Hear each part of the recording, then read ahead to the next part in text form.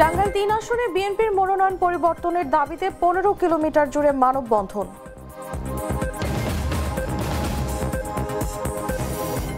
চট্টগ্রামের মিরসরাইয়ে অস্ত্রের মুখে জিম্মি করে অবসরপ্রাপ্ত সেনা সদস্যের বাড়িতে ডাকাতি।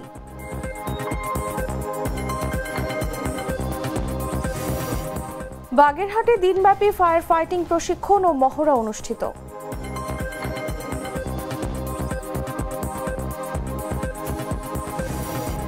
ফেনীর মুক্তবাজারে জুলাই শহীদ স্মৃতি স্তম্ভে আগুন দিল দুর্বৃত্তরা।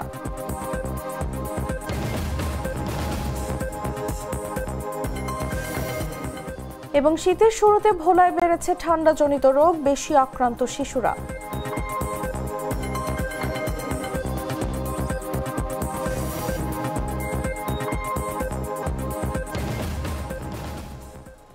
এতক্ষণ শুনছিলেন সংবাদ শিরোনাম। দর্শক, আমন্ত্রণ দেশ জুড়ে সংবাদে, সাথে আছি আমি তাসলিমা তিথি।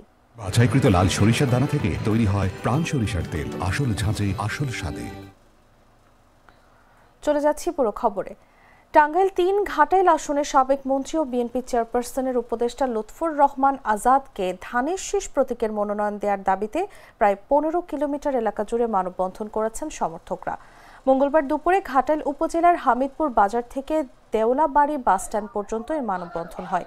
বিএনপির নেতাকর্মীরা ছাড়াও বিভিন্ন গ্রামের কয়েক হাজার মানুষ এ সময় উপস্থিত ছিলেন। মানববন্ধনে বক্তারা বলেন, টাঙ্গাইল ৩ আসন থেকে কেন্দ্রীয় বিএনপি ওবায়দুল হক নাসিরকে মনোনয়ন দেয়, কিন্তু নাসিরের বাসা ঘাটাইলে নয়। ঘাটাইলের সাবেক এমপি ও মন্ত্রী লুৎফর রহমান খান আজাদ দীর্ঘদিন ধরে দলীয় নেতাকর্মীদের সঙ্গে কাজ করে যাচ্ছেন, কিন্তু আজাদকে মনোনয়ন না দিয়ে নাসিরকে দেয়া হয়েছে। তারা অতি দ্রুত নাসিরের মনোনয়ন বাতিল করে আজাদকে দেওয়ার দাবি জানান। অন্যথায় কঠোর আন্দোলনের হুঁশিয়ারি দেন তারা। আমরা বহিরাগতদের মনোনয়ন বয়কট করতে চাই। আমরা ঘাটাইলের মানুষকেই চাই, কোনো বহিরাগতদের এখানে কোনো ঠাঁই নাই। লুৎফর রহমান 4 বারের এমপি, 3 বারের মন্ত্রী ছিলেন, তাকে নমিনেশন না দিয়ে বহিরাগত নাসির সাহেবকে নমিনেশন দিয়েছে। সুতরাং আমরা কেন্দ্র কমিটির কাছে এবং তারেক জিয়ার কাছে আকুল আবেদন করি যে আমাদের এই মনোনয়নটা চেঞ্জ করে দেন, আমাদের সন্তানকে আমাদের মনোনয়ন দেন। কারণ ঘাটাইলবাসী ঐক্যবদ্ধ হয়েছে। এই 40 বছর আমাদের লুৎফর রহমান খান আজাদ এখানের এমপি মন্ত্রী হয়েছিল। সুতরাং আমরা লুৎফর রহমান খান আজাদকে চাই। দেউলাবাড়ি থেকে সেই হামিদপুর পর্যন্ত প্রায় 17 কিলোমিটার ঘাটাইলে যে মনোনয়ন দেওয়া হয়েছে, এই মনোনয়ন আমরা মানি না, কারণ বহিরাগতকে মনোনয়ন দেওয়া হয়েছে।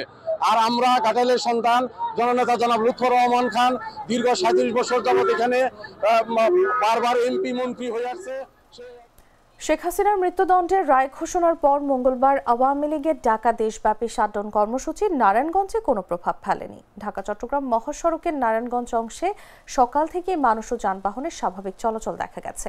সাধারণ মানুষ জানান, তারা কর্মসূচি সম্পর্কে অবগত নন এবং স্বাভাবিক যাতায়াত করছেন।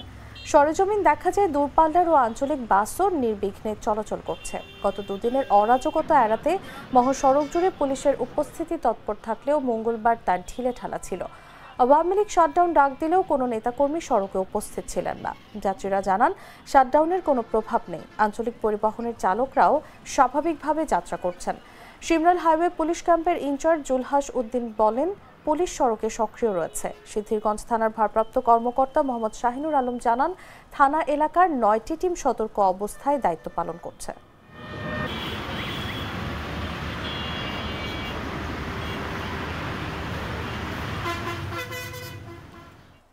চট্টগ্রামের মিরসরাইয়ে গভীর রাতে অবসরপ্রাপ্ত সেনা সদস্য সার্জেন্ট আবু সুফিয়ানের বাড়িতে সংঘবদ্ধ ডাকাতির ঘটনা ঘটেছে। সোমবার মধ্যরাতে খৈয়াছড়া ইউনিয়নের মাসিমের তালুক এলাকায় প্রধান ফটকের তালা ভেঙে ডাকাত দল ঘরে প্রবেশ করে। পরিবারের সদস্যদের অভিযোগ, ডাকাতরা আগ্নেয়াস্ত্র ও ধারালো অস্ত্র দেখিয়ে 5 জনকে জিম্মি করে। 2 শিশুর গলা চেপে ধরলে তাদের মা চিৎকার করলে বেধড়ক মারধর করা হয়। সেনা সদস্য সুফিয়ানের হাত মুখ লুঙ্গি দিয়ে বেঁধে রাখা হয়। এক পর্যায়ে ঘর তছনছ করে তারা প্রায় 10 ভরি স্বর্ণ, 25,700 টাকা এবং 4টি মোবাইল ফোন লুট করে। ঘরের ভেতরে 7 জন এবং বাইরে আরো কয়েকজন পাহারায় ছিল বলে জানান ভুক্তভোগীরা। আবু সুফিয়ান জানান, ডাকাতরা চলে যাওয়ার পর সবাই রুমের বাইরে সবার রুম বাইরে থেকে বন্ধ করে দেয়। শুধু তার স্ত্রী যে রুমে ছিলেন সেটি খোলা থাকায় তিনি বাকিদের মুক্ত করে পাশের পুরাতন ঘরে আশ্রয় নেন। ঘটনার বিষয়ে মিরসরাই থানার ওসি আতিকুর রহমান বলেন, পুলিশ ঘটনাটি গুরুত্বের সঙ্গে তদন্ত করছে এবং উদ্ধারের কাজ চালিয়ে যাচ্ছে।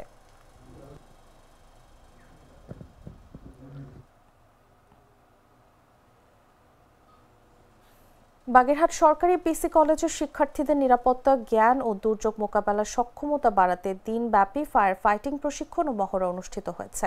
মঙ্গলবার দুপুরে বাগেরহাট ফায়ার সার্ভিসের সহযোগিতায় কলেজ প্রাঙ্গণে ফায়ার ফাইটিং প্রশিক্ষণের আয়োজন করে সরকারি পিসি কলেজ। প্রশিক্ষণে বাগেরহাটের 3টি শিক্ষা প্রতিষ্ঠানের 100 শিক্ষার্থী অংশগ্রহণ করেন। বিএনসিসি পুরুষ প্লাটুনের সিইও সাকিব বলেন, এই প্রশিক্ষণ তাদের জন্য খুবই প্রয়োজনীয়। জরুরি সময়ে কিভাবে কাজ করতে হয় তা না জানলে ছোট দুর্ঘটনায় বড় বিপদ হয়ে যেতে পারে। আজকের প্রশিক্ষণে তারা বাস্তব কৌশল শিখেছে।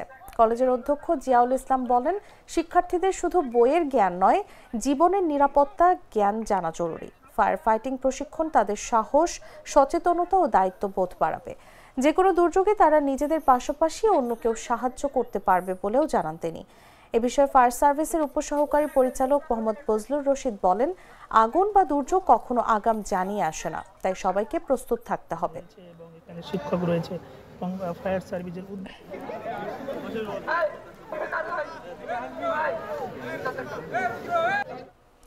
ফেনী শহরের মুক্ত বাজারে জুলাই শহীদ স্মৃতিস্তম্ভে দুর্বৃত্তরা আগুন দিয়েছে। রোববার ভোরে আগুন দেওয়ার সেই ভিডিও সামাজিক যোগাযোগ মাধ্যমে ছড়িয়ে পড়ে। ফুটেজে দেখা যায় মুখোশধারী কয়েকজন কেরোসিন ঢেলে স্মৃতিস্তম্ভে আগুন লাগিয়ে দ্রুত পালিয়ে যায়। ফেনী মডেল থানার ওসি মোহাম্মদ শামসুজ্জামান জানান, আশপাশের সিসিটিভি ফুটেজ সংগ্রহ করা হচ্ছে। ফুটেজ বিশ্লেষণ করে কারা কিভাবে এই ঘটনা ঘটিয়েছে তা নিশ্চিত হওয়া যাবে। এই ঘটনায় মামলা নেওয়া হবে বলেও জানান তিনি। জুলাই যোদ্ধা নাহিদুর রহমান বলেন, শহীদদের অসম্মান করতে পরিকল্পিতভাবে আগুন দেওয়া হয়েছে। সিসিটিভি ফুটেজ থাকায় অপরাধীদের শনাক্ত করা কঠিন হবে না। ফেনী জেলা বিএনপির সদস্য সচিব আলাল উদ্দিন আলাল ও জেলা জামায়াতের আমির মুফতি আব্দুল হান্নান অভিযোগ করে বলেন, এটি আওয়ামী ফ্যাসিস্টদের নাশকতামূলক কর্মকাণ্ডের অংশ। তারা আশঙ্কা প্রকাশ করেন, এই গোষ্ঠী ভবিষ্যতে আরো বড় সহিংসতার পরিকল্পনা করছে। আমরা জায়গাটা ভিজিট করলাম, আমরা দেখেছি যে আমাদের যেটা ইন্টেলিজেন্স সেটা হচ্ছে যে আমরা গতকাল রাত্রেই 2টা থেকে 3:30টার মধ্যে কিছু দুর্বৃত্তকারী আমরা সিসিটিভি ফুটেজ দেখেছি যে তারা এখানে আসছে, এসে গ্যাসের তেল ঢালছে, গ্যাসের তেল ঢেলে তারা আগুন দিয়ে চলে গেছে। কিন্তু এটা স্টিলের বলে এটা কিন্তু পড়ে নাই, দেখছেন নিচের কিছু অংশ জাস্ট এই কালো হয়ে গেছে, কিন্তু এটা কোনো ক্ষতি হয় নাই। আমরা দেখছি যে দুর্বৃত্তকারীরা কারা এটা ফাইন্ড আউট করছি আমরা, কারণ এখানে অনেকগুলো ইস্যু থাকতে পারে। সেই ইস্যুগুলো আমরা সমস্ত ইস্যুগুলো দেখছি, যাচাই করছি। আমরা অবশ্যই তাদেরকে শনাক্ত করে ধরে ফেলবো আশা করছি। অবশ্যই আমরা আইনগত ব্যবস্থা নেবো। এই ঘটনা অবশ্যই মামলা হবে এবং মামলা পরিপ্রেক্ষিতে যে সমস্ত দুষ্কৃতকারীরা এই ঘটনাটা ঘটিয়েছে তাদের আমরা আইনের আওতায় শক্ত ব্যবস্থাপনা এবং শক্ত ব্যবস্থা গ্রহণ করতে হবে।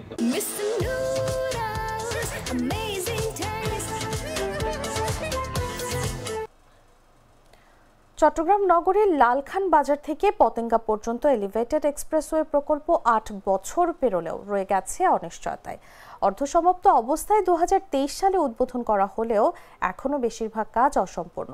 যথাযথ র্যাম্প না থাকায় সড়কটি কাঙ্ক্ষিত সুফল দিচ্ছে না বলেই মানছেন বিশেষজ্ঞরা। নগর পরিকল্পনাবিদদের অভিযোগ, সঠিক ফিজিবিলিটি স্টাডি ছাড়া প্রকল্প হাতে নেয়ায় অতিরিক্ত টাকা ব্যয় হয়েছে। তাদের মতে একই অর্থে পুরো নগরের সড়ক ও ট্রাফিক ব্যবস্থাপনা জনবান্ধবভাবে উন্নত করা গেলে নগরবাসী বেশি উপকার পেত। প্রকল্পে মোট 10টি র্যাম্প থাকলেও 2টির কাজ এখনো শুরু হয়নি। 4টির কাজ চলমান এবং 4টি র্যাম্প নির্মাণ শেষ হলেও চালু হয়নি। সিডিএ জানায়, বন্দর ও রেলওয়ের আপত্তি, জমি অধিগ্রহণ, নকশা পরিবর্তন, ট্রাফিক অনুমতি এবং কোভিড পরিস্থিতির কারণে প্রকল্পে দেরি হয়েছে। 2017 সালে অনুমোদিত এই প্রকল্পের ব্যয় 3,250 কোটি টাকা থেকে বেড়ে এখন ছুঁয়েছে 4,315 কোটি। মেয়াদও বাড়তে বাড়তে গড়িয়েছে 2026 সালের জুন পর্যন্ত। তবে প্রকল্প পরিচালকরা বলছেন, পুরো কাজ শেষ করতে বরাদ্দ আরও বাড়াতে হবে। বর্তমানে প্রতিদিন 7,000-এরও কম গাড়ি এক্সপ্রেসওয়ে ব্যবহার করছে, যেখানে ফিজিবিলিটিতে ধরা ছিল 66,000-এর বেশি। আমি তো মশলা বদলে ফেলেছি, এবার আপনিও বদলে ফেলুন। একবার প্রাণ গুঁড়া মশলা ব্যবহার করেই দেখুন।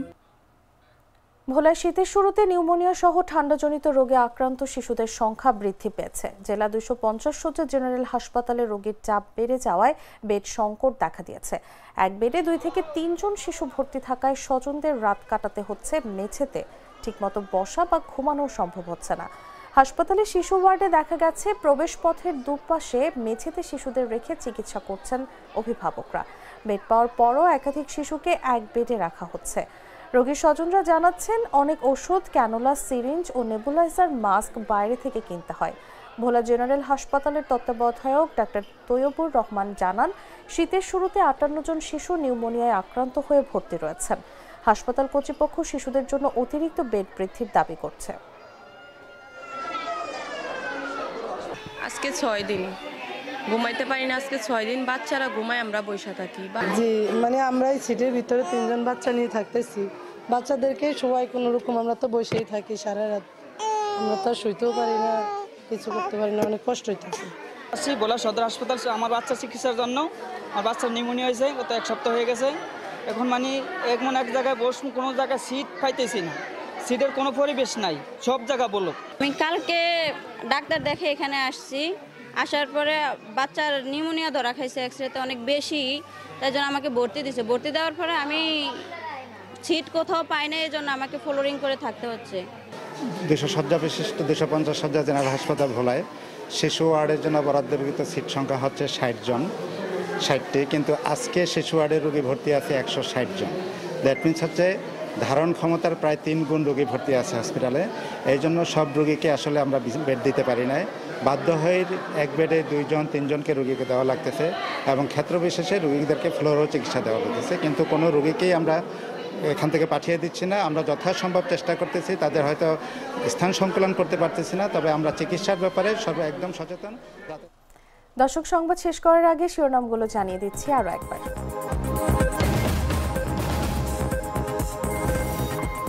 টাঙ্গাইল 3 আসনে বিএনপির মনোনয়ন পরিবর্তনের দাবিতে 15 কিলোমিটার জুড়ে মানববন্ধন।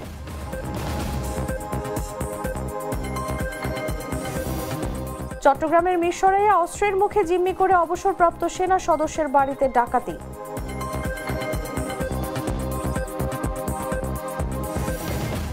বাগেরহাটে দিনব্যাপী ফায়ার ফাইটিং প্রশিক্ষণ ও মহড়া অনুষ্ঠিত।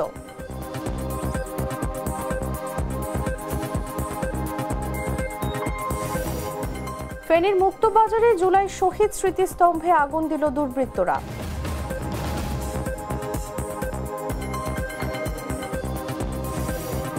এবং শীতের শুরুতে ভোলায় বেড়েছে ঠান্ডাজনিত রোগ, বেশি আক্রান্ত শিশুরা।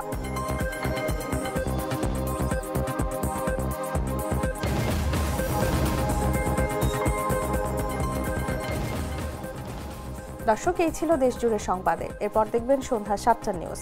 প্রতি মুহূর্তে সর্বশেষ খবর জানতে ভিজিট করুন jagunews24.com। ফলো করুন আমাদের ভেরিফাইড ফেসবুক পেজ এবং সাবস্ক্রাইব করুন জাগো নিউজের ইউটিউব চ্যানেল। ধন্যবাদ সবাইকে।